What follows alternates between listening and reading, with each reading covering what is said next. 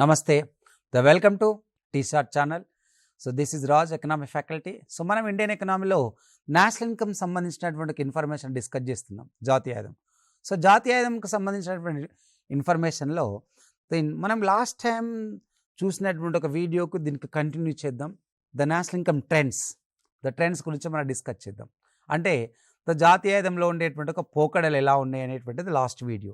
దానికి మనం ఇక్కడ కంటిన్యూ చేస్తూ దాని తర్వాత స్ట్రక్చరల్ చేంజెస్ ఎలా వచ్చినాయి అనేది గ్రూప్ 1 మెయిన్స్ ఓరియంటేషన్ క్వశ్చన్ అడగవచ్చు, రైట్? ఇప్పుడు ఎగ్జాక్ట్లీ లాస్ట్ టైం మనం ఏం చూసినాం? సో ఓవరాల్గా భారతదేశ ఆర్థిక వ్యవస్థలో ఇండియన్ ఎకనామీలో 3 సెక్టార్లు ఉన్నాయి. ఆ 3 సెక్టార్లలో వ్యవసాయం, పరిశ్రమలు, సేవ తీసుకుంటే అగ్రికల్చర్ సెక్టార్ మనం తీసుకుంటే 18.8%, ఇండస్ట్రియల్ సెక్టార్ తీసుకుంటే 28.2%, అండ్ సర్వీస్ సెక్టార్ బేస్ చేసుకుంటే 53%.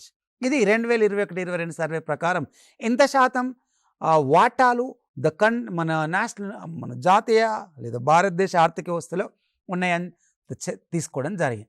And again after the Indian growth rate కూడా డిస్కస్ చేసినాం. జీడిపి గ్రోత్ రేట్ మనం కన్సిడర్ చేస్తే as per 2021-22 year estimate base చేస్తే 9.2% వచ్చింది.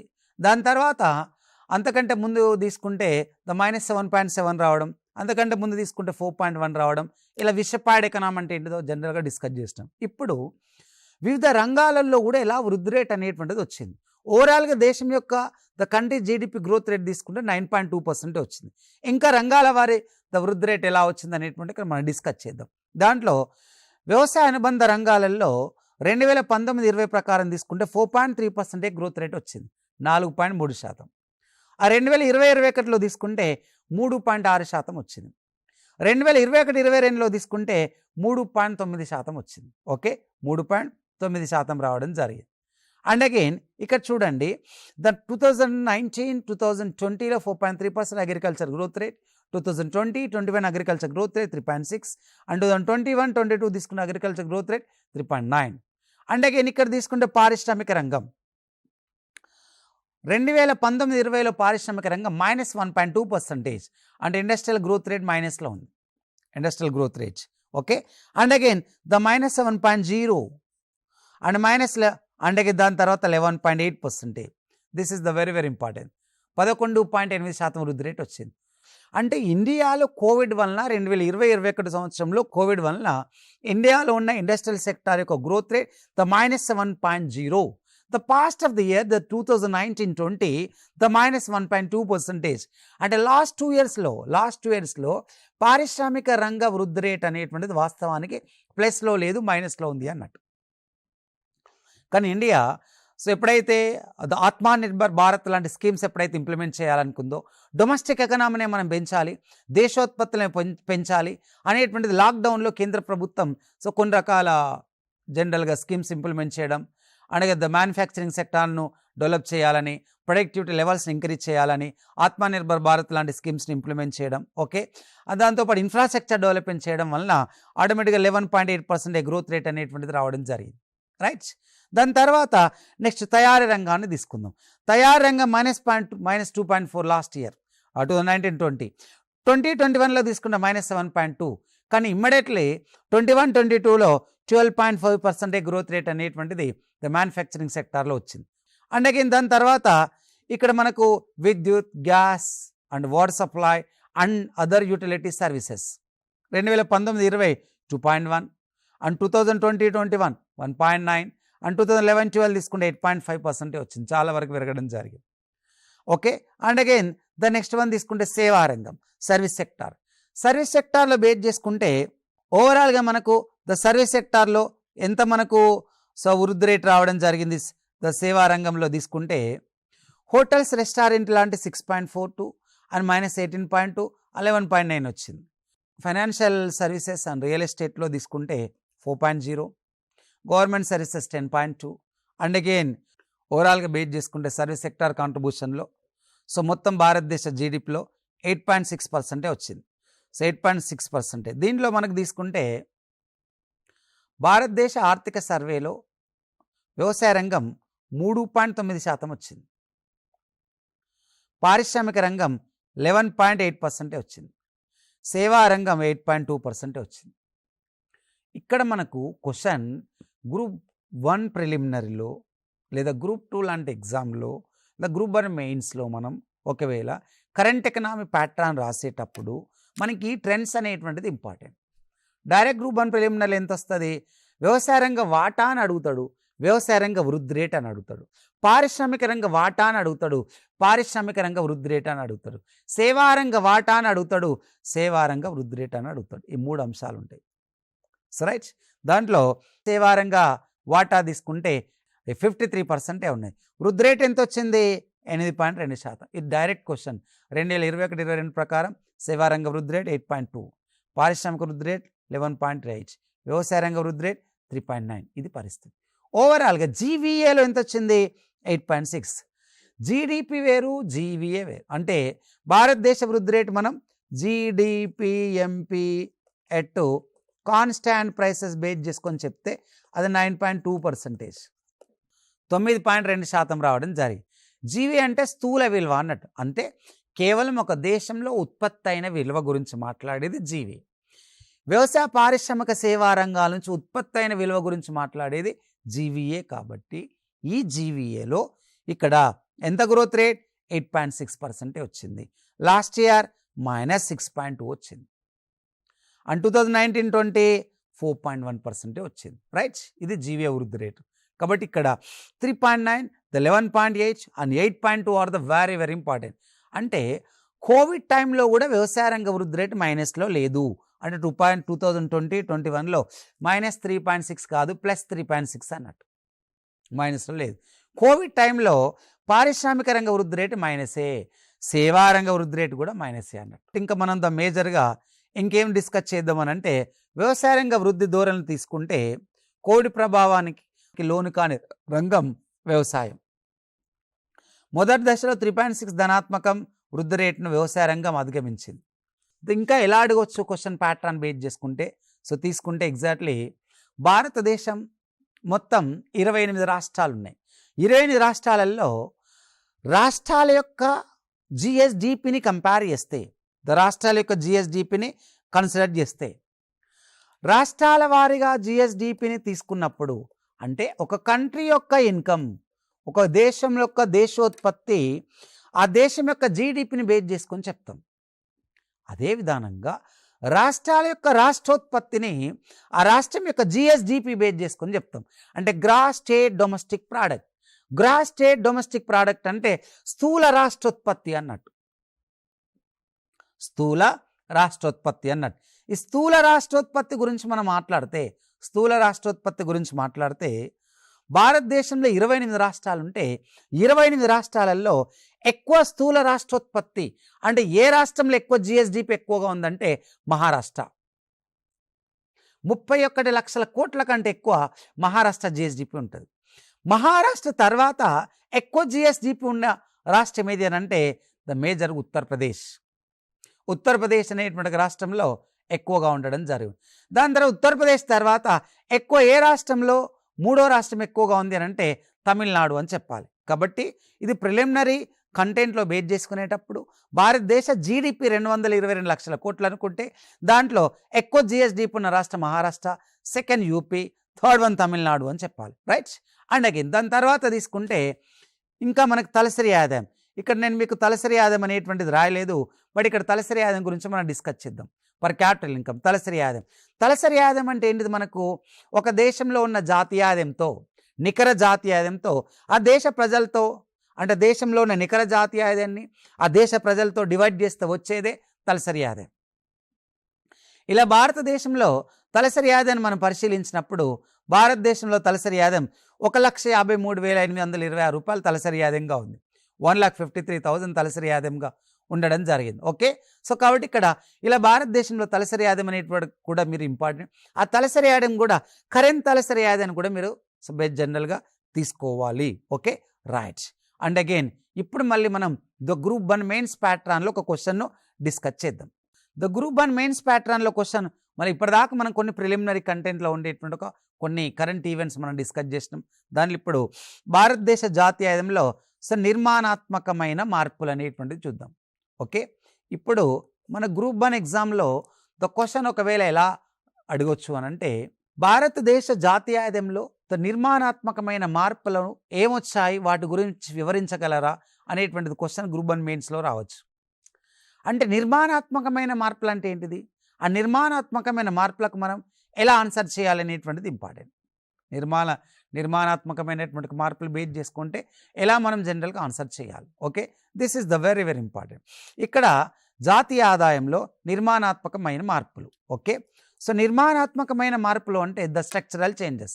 స్ట్రక్చరల్ చేంజెస్ అంటే రంగాలు బేస్ చేసుకొని చెప్పాలి, రంగాలు బేస్ చేసుకొని. ఇక్కడ ఏ దేశ ఆర్థిక వ్యవస్థలోనైనా, భారతదేశ ఆర్థిక వ్యవస్థలోనైనా మొత్తం రంగాలకు 3 ఉన్నాయి: వ్యవసాయం, పరిశ్రమలు, సేవలు, అగ్రికల్చర్, ఇండస్ట్రియల్, సర్వీసెస్. ఓకే, ఈ 3 రంగాలలో 3 సెక్టార్స్లో స్ట్రక్చరల్ చేంజెస్ ఏమున్నాయి అని చెప్పడమే నిర్మాణాత్మకమైన మార్పు. ఇవే కాకుండా సామాజిక రంగంలో నిర్మాణాత్మక మార్పులు ఏమున్నాయి, వ్యవస్థాపరమైన అంశాలు, ఇన్స్టిట్యూషనల్ చేంజెస్లో మనకి ఎలాంటి నిర్మాణాత్మకమైన మార్పులు ఉన్నాయి, ఇది మనం ఇక్కడ డిస్కస్ చేయాలి. రైట్, ఇక్కడ భారతదేశ జాతీయ ఆదాయంలో కొన్ని స్ట్రక్చరల్ చేంజెస్ గురించి డిస్కస్ చేద్దాం. This are all the very very important, the structural changes. Right, ఇప్పుడు చూద్దాం. ఇక్కడ ద స్ట్రక్చరల్ చేంజెస్ అంటే ఒక దేశ ఆర్థిక వ్యవస్థ, అంటే భారతదేశ ఆర్థిక వ్యవస్థలో వివిధ రంగాల ద్వారా తయారైన మొత్తం వస్తుత్పత్తి విలువే జాతీయ ఆదాయం. ఆ వివిధ రంగాలే వ్యవసాయనుబంధ రంగాలు, agriculture allied sectors, industrial allied sector, service sector allied sectors. ఈ 3 రంగాల ద్వారా ఉత్పత్తి అయినటువంటి మొత్తం వస్తు సేవల ఉత్పత్తిని మనం జాతీయ ఆదాయం అంటాం.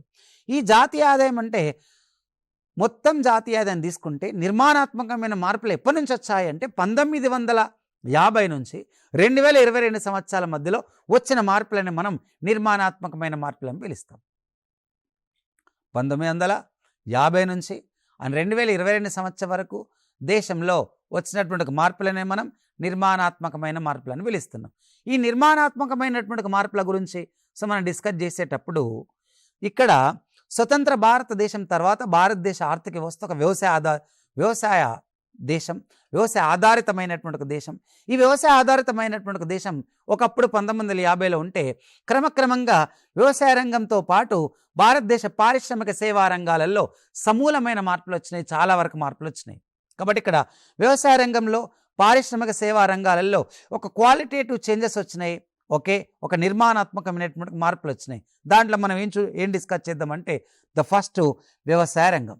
Okay, agriculture sector.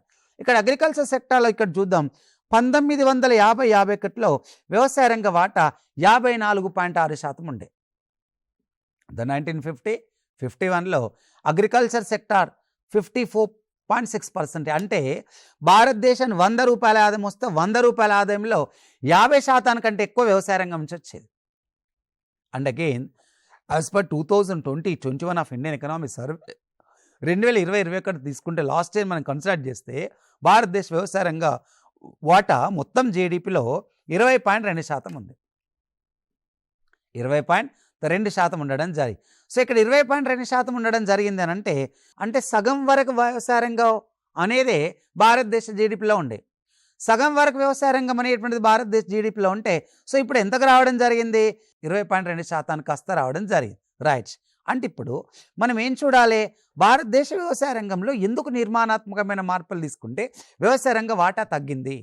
వ్యవసాయ రంగ వాటా తగ్గడానికి ఉన్న ప్రధానమైనటువంటి కారణాలు ఏంటిది అనేటువంటిది జనరల్గా ఇక్కడ మనం మళ్ళీ కూడా డిస్కస్ చేయవచ్చు జనరల్గా. ఎందుకంటే ఒకప్పుడు భారతదేశంలో వ్యవసాయ విధానాలు అంటే ఎక్కువ మంది గ్రామీణ ప్రజలు ఉండే, గ్రామీణ వాతావరణం ఉండే. దాంతోపాటు ఈ మధ్యకాలంలో పట్టణీకరణ జరిగింది. సో పట్టణ ప్రాంతంలో వలసలు పెరిగినాయి. దాంతోపాటు చాలా వరకు సేవా రంగాలు అభివృద్ధి అయినాయి, పారిశ్రామిక రంగం అభివృద్ధి అయింది. సేవా రంగాలతో పాటు పారిశ్రామిక రంగం అనేటువంటిది అభివృద్ధి కావడం జరిగింది. దాంతోపాటు ఇంకొకటి ఏంటంటే మన ఇండియాలో సనాతన సాంప్రదాయ వ్యవసాయ పద్ధతులు ఉండడం వలన ఆధునిక వ్యవసాయ పద్ధతులు ఇప్పటి వరకు కూడా కొంతమంది అవలంబించకపోవడం.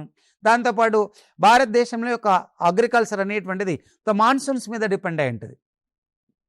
అగ్రికల్చర్ మొత్తం ఎవరి మీద, మనకు మాన్సూన్స్ మీద డిపెండ్ కావడం జరగడం, అంటే ఋతుపవనాల మీద డిపెండ్ కావడం. దాంతోపాటు కొన్నిసార్లు ఋతుపవనాలు అనుకూలంగా ఉండొచ్చు, అనుకూలంగా లేకపోవచ్చు. ఫ్లక్చువేషన్స్ అనేటువంటిది ఉండడం వలన ఆటోమేటిక్గా భారతదేశంలో కొంతమంది వ్యవసాయానికి దూరంగా ఉండడం, పారిశ్రామిక రంగం కూడా అభివృద్ధి కావడం, సేవా రంగం అనేటువంటిది రావడంతో సో చాలా వరకు వ్యవసాయ రంగ వాటా తగ్గిందనేటువంటిది వాస్తవం. Okay, so right. దాని తర్వాత నెక్స్ట్ పారిశ్రామిక రంగం అంటాం, ఇండస్ట్రియల్ సెక్టార్. ఓకే, పారిశ్రామిక రంగం ఎక్కడుంది మనకు? Industrial sector. ఇండస్ట్రియల్ సెక్టార్ తీసుకుంటే 1950-51 సంవత్సరంలో industrial sector 16.08%. This is the very problem. అంటే చాలా చాలా తక్కువ ఉంటాయి. మన ఇండియాలో 1954 సంవత్సరంలో national income high powered expert committee 1949లో కేంద్ర ప్రభుత్వం ఏర్పాటు చేసింది. National income expert high powered committee. National income expert high powered కమిటీకి చైర్మన్ పిసి మహాలనోబిస్. ఈ పిసి మహాలనోబిస్ దాంతోపాటు దాంట్లో 2 సభ్యులు ఉన్నారు. దాంట్లో 2 సభ్యులు ఎవరు అంటే one D R Gadgil and 2 V K R V Rao. So వీళ్ళు భారతదేశంలో జాతీయ అంచనాల కమిటీకి మొదటి చైర్మన్గా పిసి మహాలనోబిస్ గారు ఉండడం జరిగింది. ఇక్కడ వీళ్ళు 1954లో జాతీయ ఆదాయాన్ని లెక్కించి ఫస్ట్ రిపోర్ట్ ఇచ్చినప్పుడు భారతదేశంలో 8,710 కోట్ల రూపాయల జాతీయ ఆదాయం ఉండే, 225 రూపాయల తలసరి ఆదాయం ఉండే. 225 రూపాయల తలసరి ఆదాయం ఉండే. సో 225 రూపాయల తలసరి ఆదాయం 8,710 crores నేషనల్ ఇన్కమ్ ఉంటే, ఈ నేషనల్ ఇన్కంలో 50% ఎక్కువ వ్యవసాయమే ఉండే.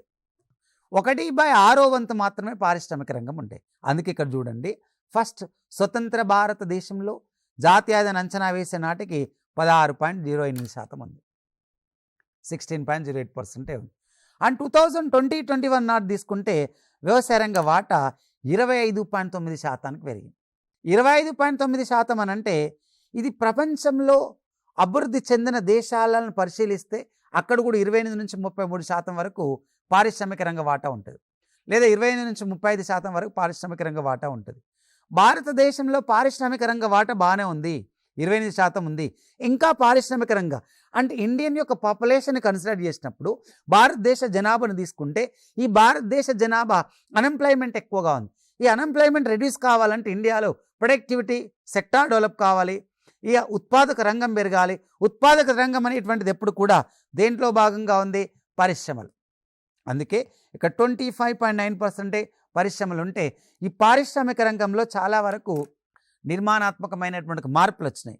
ఇక్కడ నిర్మాణాత్మకమైనటువంటి మార్పులు అనేటువంటిది వచ్చినప్పటికీ ఇక్కడ భారతదేశంలో ఈ నిర్మాణాత్మకమైనటువంటి మార్పులలో స్వతంత్ర భారతదేశం తర్వాత మన ఇండియా 2వ పంచవర్ష ప్రణాళిక నుంచి పరిశ్రమల స్థాపన అనేటువంటిది చేపట్టింది.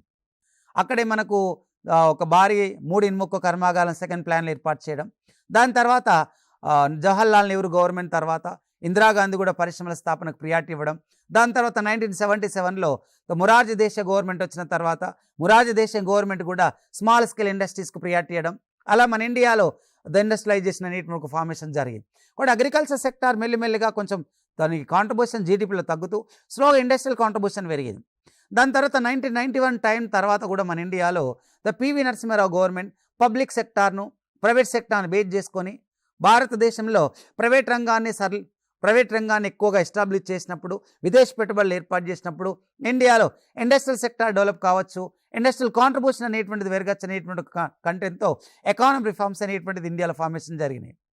ఎప్పుడైతే భారతదేశంలో ఎకానమిక్ రిఫార్మ్స్ అనేటువంటి స్టార్ట్ కావడం జరిగిందో ఆటోమేటిక్గా మన ఇండియాలో వస్తు సేవల ఉత్పత్తి అనేటువంటిది స్లోగా పెరగడం జరిగింది. Okay right. ఇలా సో మెల్లిగా ఇండియాలో పారిశ్రామిక రంగ కాంట్రిబ్యూషన్ పెరిగింది. అందుకే నెక్స్ట్ వన్ సేవారంగం. సేవారంగాన్ని కన్సిడర్ చేస్తే ఒకప్పుడు స్వతంత్ర భారతదేశంలో 1950-51లో 25.23% మాత్రమే ఉండేది. దాని తర్వాత 2020-21 వచ్చే నాటికి 53.9% పెరిగింది. This is the extraordinary of content. Okay, ఏ దేశమైన అభివృద్ధి జరగాలన్నా, ఒక దేశ రాబడి పెరగాలన్నా పారిశ్రామిక రంగంతో పాటు సేవారంగం అనేటువంటిది ఇంపార్టెంట్. మన ఇండియాలో స్ట్రక్చరల్ చేంజెస్ కన్సిడర్ చేసినప్పుడు ద స్ట్రక్చరల్ చేంజెస్ను మనం చూసుకుంటే భారతదేశ సేవా రంగంలో 50% వాటా పెరిగింది. ఒకప్పుడు 25% కాంట్రిబ్యూషన్ ఉంటే ఈరోజు 53.9% మన ఇండియన్ జీవీఏలో 53.9%.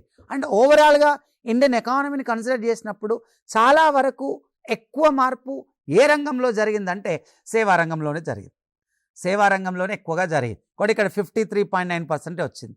ఈ సేవా రంగంలో జరగడానికి ద మేజర్గా భారతదేశంలో 1950s ఆఫ్టర్ మన ఇండియా ఇన్ఫ్రాస్ట్రక్చర్ ప్రియారిటీ ఇవ్వడం, మౌలిక సదుపాయాలకు రోడ్డు రవాణా వ్యవస్థ సదుపాయాలు ఇవ్వడం, ఓకే ఎక్కువ ప్రియారిటీ ఇవ్వడం, అందుకే దాని తర్వాత స్టోరేజెస్కి ఎక్కువగా ప్రియారిటీ ఇవ్వడం, ద గవర్నమెంట్ పాలసీస్ కూడా ఇంప్లిమెంటేషన్ చేయడం, అటు దాంతోపాటు 1991 తర్వాత ద ప్రైవేట్ సెక్టార్కి ఎక్కువ ప్రియారిటీ ఇవ్వడం, అందుకే దాంతోపాటు ఇంకా మనకు hotels and restaurants and insurance and financial sector భారతదేశంలో పెరగడం, ఇవన్నీ పెరగడం వలన సో 1991 తర్వాత మన ఇండియాలో సర్వీస్ సెక్టర్ కాంట్రిబ్యూషన్ పెరుగుతూ ఈ రోజు వచ్చే నాటికి మనకు 53.9% సర్వీస్ సెక్టర్ కాంట్రిబ్యూషన్ పెరగడం జరిగింది. Okay right. ఇంకా భారతదేశంలో నిర్మాణాత్మకమైనటువంటి మార్పులను తీసుకుంటే వృత్తుల వారి జనాభాలో కూడా మార్పులు వచ్చినాయి. సో మార్పులు రావడం జరిగింది. ఈ వృత్తుల వారి జనాభాలో మనం తీసుకుంటే మేజర్గా 1951వ సంవత్సరంలో వ్యవసాయ రంగం మీద ఆధారపడేటువంటి ఒక శ్రామిక శక్తి 72%. This is the very very important. When the time of 1951, since of 1951 period, the most of the 72% of the labor force has existed agriculture area. Okay, వ్యవసాయ అనుబంధ రంగాల మీదనే 72% మంది ఆధారపడేది. ఓకే, దీనికి ఒక కారణం ఏంటంటే అప్పుడు భారతదేశంలో బ్రిటిష్ వాళ్ళ యొక్క కారణాలు కావచ్చు, భారతదేశంలో పట్టణీకరణ పెరగకపోవచ్చు, భారతదేశంలో పారిశ్రామిక రంగం అభివృద్ధి కాకపోవచ్చు, గ్రామీణ జనాభా ఇండియాలో ఎక్కువగా ఉండొచ్చు. అందుకని వ్యవసాయ రంగం మీద ఉన్న జనాభే ఎక్కువగా ఉండేది. 1951లో ఇదే వ్యవసాయ రంగం మీద ఆధారపడేటువంటి జనాభా 72% ఉంటే, అండ్ అగైన్ దాని తర్వాత 2011 జనాభా లెక్కల ప్రకారం 2011 జనాభా లెక్కల ప్రకారం భారతదేశంలో వ్యవసాయ అనుబంధ రంగాల మీద ఆధారపడిన శ్రామిక శక్తిని తీసుకుంటే మేజర్గా ఈ రోజు కూడా ఎంత అంటే as per 2011 census 54.6% of the population existed agriculture sector. Okay, అంటే ఈరోజు కూడా మన ఇండియా సగం మంది జనాభా వ్యవసాయ రంగం మీద ఆధారపడుతున్నారు. దానిలో ఓవరాల్గా శ్రామిక శక్తిని తీసుకుంటే 48.6 కోట్ల మంది భారతదేశంలో వ్యవసాయ అనుబంధ రంగాల మీద ఆధారపడడం జరుగుతుంది. అంటే మొత్తం శ్రామిక శక్తిలో 50% కంటే ఎక్కువ వ్యవసాయ రంగం మీద ఆధారపడడం జరిగింది. రైట్. అంటే భారతదేశంలో వ్యవసాయ రంగ వాటా తగ్గినప్పటికీ ఇంకా వ్యవసాయ రంగం మీదనే ఆధారపడే జనాభా ఎక్కువగా ఉండడం జరుగుతుంది. దాని తర్వాత పారిశ్రామిక రంగ వాటా 1951లో 16% ఉంటే ఈరోజు అప్పుడు ఆధారపడిన జనాభా ఎంత అంటే 12.3%. అంటే దిస్ ఇస్ అప్పుడు ఉన్నదే 16%. 16%లో ఆధారపడ్డ జనాభా ఎంత 12.3% ఉంది. 12.3% ఉంటే సో దాంట్లో 2011 జనాభా లెక్కల ప్రకారం తీసుకుంటే 24.3% మంది భారతదేశంలో పారిశ్రామిక రంగం మీద ఆధారపడుతున్నట్లు అంటే 2011 జనాభా లెక్కల ప్రకారం తెలవడం జరిగింది. ఓకే, ఈ 2011 జనాభా లెక్కల ప్రకారం ఇక్కడ ఎంత 24.3. అంటే భారతదేశ పారిశ్రామిక రంగ వాటా ఎంత అంటే 28% ఈరోజు. ఇప్పుడు 2021-22 ప్రకారం ఓవరాల్గా ఎంత ఉంది 28% ఉంది. ఇక్కడ 2011 జనాభా లెక్కల ప్రకారం తీసుకుంటే 24.3% మంది పారిశ్రామిక రంగం మీద. చూడండి, ఏ దేశం యొక్క ఆర్థిక వ్యవస్థ అయినా పారిశ్రామిక సేవ వ్యవసాయ రంగాల మీద ఆధారపడి ఉంటుంది. అట్ ద సేమ్ టైం ఏ దేశ అభివృద్ధి జరగాలన్నా ఈ 3 రంగాలే కావాలి. కానీ ప్రజల యొక్క జీవన ప్రమాణ స్థాయి పెరగాలంటే ప్రజల యొక్క వ్యక్తిగత ఆదాయం అనేది ఇంపార్టెంట్. వ్యక్తిగత ఆదాయం అనేటువంటిది ఇంపార్టెంట్. కాబట్టి ఈ వ్యక్తిగత ఆదాయం పెరగాలంటే అప్పుడు ఉపాధి ఎక్కువ పారిశ్రామిక రంగం అందించాలి, ఉపాధి ఎక్కువ తయారీ రంగం అందించాలి. అప్పుడు ఆ కంట్రీ అనేటువంటిది ద పర్సనల్ ఇన్కమ్ పెరుగుతుంది, పర్సనల్ ప్రొడక్టివిటీ లెవెల్స్ పెరగచ్చు, ద పర్సనల్ కన్జంప్షన్ లెవెల్ పెరగచ్చు. ద పర్సనల్గా ఓవరాల్గా ఆలోచిస్తే కంట్రీ ద డెవలప్మెంట్ అనేటువంటిది ఎక్కువగా ఉండొచ్చు. సో కాబట్టి ఇక్కడ 28% అనేటువంటిది ఉండడం జరిగింది వృత్తుల వారి జనాభా. దాని తర్వాత సేవారంగాన్ని తీసుకుంటే శ్రామిక శక్తి 1951 సంవత్సరంలో మనకు 17%గా ఉండే 2011 ప్రకారం 26.9%. ఇక్కడ చూడండి, 1951లో సేవారంగ వాటా 25%, 2021-22 ప్రకారం తీసుకుంటే సేవారంగ వాటా 53%. రైట్. అయితే ఇక్కడ 2011 ప్రకారం తీసుకుంటే భారతదేశంలో సేవారంగ వాటాను మనం పరిశీలిస్తే 26.9% మంది సేవారంగం మీద ఆధారపడడం జరుగుతుంది. అంటే వృత్తుల వారి విభజన తీసుకున్న వృత్తుల వారి కంటెంట్ తీసుకున్నా, వృత్తుల అంటే ఏ ఏ రంగం మీద వృత్తుల వారి జనాభా ఆధారపడుతున్నారంటే ఇప్పటికి కూడా భారతదేశంలో వ్యవసాయ అనుబంధ రంగాల మీదనే ఎక్కువగా ఉన్నారు. ఓకే, ఇది ఇంపార్టెంట్. దాని తర్వాత ఎక్కువగా ఆధారపడే రంగం వ్యవసాయము, దాని తర్వాత ఎక్కువ ఆధారపడే రంగం వ్యవసాయము, రెండో ఎక్కువగా ఆధారపడేటువంటి రంగం సేవలు, మూడోది తీసుకుంటే పరిశ్రమలు. ఓకే, అందుకే ద లాస్ట్ వన్ అవస్థాపన సదుపాయాలు. This is the very very important. అవస్థాపన సదుపాయాలను తీసుకుంటే స్వతంత్రానంతర కాలంలో ఇన్ఫ్రాస్ట్రక్చరల్ చేంజెస్ ఏమొచ్చినాయి? ఆఫ్టర్ ఇండిపెండెన్స్ తర్వాత ఇన్ఫ్రాస్ట్రక్చరల్ చేంజెస్ ఏం రావడం జరిగినాయి? దాంట్లో ద మేజర్గా తీసుకుంటే స్వతంత్రానంతర కాలంలో తీసుకుంటే ద మేజర్గా ఎలక్ట్రిసిటీ అంటే మనకు విద్యుత్గా తీసుకుందాం. విద్యుత్, ఈ విద్యుత్ అనేటువంటి వ్యవస్థలో తీసుకునేటప్పుడు ద మేజర్గా విద్యుత్ వ్యవస్థలో చాలా వరకు మార్పు వచ్చింది. ఈరోజు భారతదేశంలో విద్యుత్ యాజ్ పర్ 2020-21 బేస్ చేసుకుంటే సో మన ఇండియాలో ద మ్యాక్సిమం అంటే the nearness of 4 lakhs of megawatts of energy ఇండియాలో ప్రొడ్యూస్ అవుతుంది. 4 లక్షల మెగావాట్ల విద్యుత్ ఉత్పత్తి అవుతుంది. స్వతంత్రానంతర కాలంలో గ్రామీణ ప్రాంతాలలోనే ఎలక్ట్రిసిటీ లేదు, సౌకర్యం లేదు. పట్టణ ప్రాంతంలో కూడా అన్ని పట్టణాలకు కూడా ఎలక్ట్రిసిటీ ఫెసిలిటీ జనరల్గా లేదు. అంటే ఈరోజు మన ఇండియా జాతీయ ఆదాయాన్ని పరిశీలించినప్పుడు మన ఇండియాలో స్వతంత్రానంతర కాలంలో ద స్ట్రక్చరల్ చేంజెస్ చాలా వచ్చినాయి. ఈ స్ట్రక్చరల్ చేంజెస్లో విద్యుత్లో కూడా చాలా రావడం జరిగింది. అండ్ అగైన్ దాని తర్వాత నెక్స్ట్ రోడ్ కనెక్టివిటీ. ఇక్కడ మనకు తెలుసు రోడ్ కనెక్టివిటీ. ఈ రోడ్ కనెక్టివిటీని మనం బేస్ చేసుకుంటే 1950-51 సంవత్సరంలో రోడ్ కనెక్టివిటీలో జస్ట్ 4 లక్షల కిలోమీటర్ల దూరం మాత్రమే రోడ్ కనెక్టివిటీ ఉండే. 4 లక్షల కిలోమీటర్ల దూరం మాత్రమే రోడ్ కనెక్టివిటీ ఉంటే ఈరోజు భారతదేశంలో రోడ్ కనెక్టివిటీ అనేటువంటి దాన్ని తీసుకుంటే 50.89 లక్షల రోడ్ కనెక్టివిటీ ఉంది. ఈరోజు 50.89 lakhs of kilometres. 50.89 lakhs of kilometres. Okay, 50 లక్షల కిలోమీటర్ల వరకు భారతదేశంలో ఈరోజు రోడ్ కనెక్టివిటీ పెరగడం జరిగింది. This is the very the good of the increased of the road connectivity. Okay, ఎలక్ట్రిసిటీలో మార్పులు వచ్చినాయి. అండ్ రోడ్ వ్యవస్థలు కూడా భారతదేశంలో మార్పులు రావడం జరిగింది. ఓకే, ఇంకా ఇవే కాకుండా ఇంకా మన ఇండియాలో సామాజిక వ్యవస్థను పరిశీలించినప్పుడు అక్షరాస్యత. స్వతంత్ర భారతదేశంలో స్వతంత్రం వచ్చే నాటికి మన లిటరసీ 18.33% మాత్రమే అక్షరాస్యత, just only 18%. And as well as today as per 2011 of Indian census 2011 ప్రకారం భారతదేశ జనాభా లెక్కలు తీసుకుంటే 73% అక్షరాస్యత ఉంది. 2022 సంవత్సరంలో భారతదేశంలో జనాభా లెక్కలు వస్తాయి కాబట్టి దీని ప్రకారం మనం అసెస్ చేయొచ్చు, అంచనా వేయొచ్చు. The maximum Indian literacy 80%. And socio sector, ఏ దేశమైనా ఆర్థికంతో పాటు ఎకానమీతో పాటు సోషో సెక్టార్ డెవలప్ కావాలి. ఈ సోషల్ సెక్టార్ డెవలప్ కావాలి కాబట్టి మన కంట్రీ యొక్క సోషల్ సెక్టార్ని మనం కన్సిడర్ చేస్తే విద్యుత్తులో మార్పులు వచ్చినాయి, దాంతోపాటు మనకు రోడ్ కనెక్టివిటీలో మార్పు వచ్చింది, రైల్వే కనెక్టివిటీలో మార్పు వచ్చింది, అక్షరాస్యతతో కూడా భారతదేశంలో పెరిగింది. ఇవే కాకుండా ద వైద్య వ్యవస్థలో కూడా అంటే ఆరోగ్య రంగంలో కూడా భారతదేశంలో ఇప్పుడు మనకు అర్బన్ హాస్పిటల్స్ రావడం, ద రూరల్ హాస్పిటల్స్ రావడం, నేషనల్ రూరల్ హెల్త్ మిషన్ నుంచి కూడా అండ్ ఆయుష్మాన్ భారత్ నుండి కూడా ద సర్వీసెస్ రావడం, ఇలా భారతదేశంలో వైద్య రంగంలో కూడా సమూలమైనటువంటి మార్పులు వచ్చినాయి.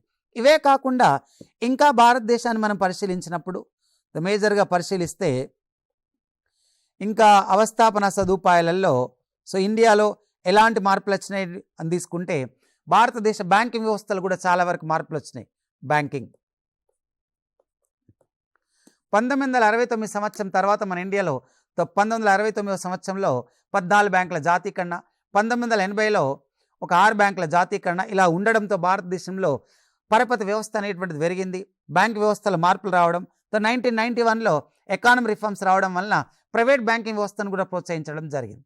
దాంతోపాటు ఇంటర్నేషనల్ బ్యాంకింగ్ వ్యవస్థలు కూడా మార్పులు వచ్చినాయి.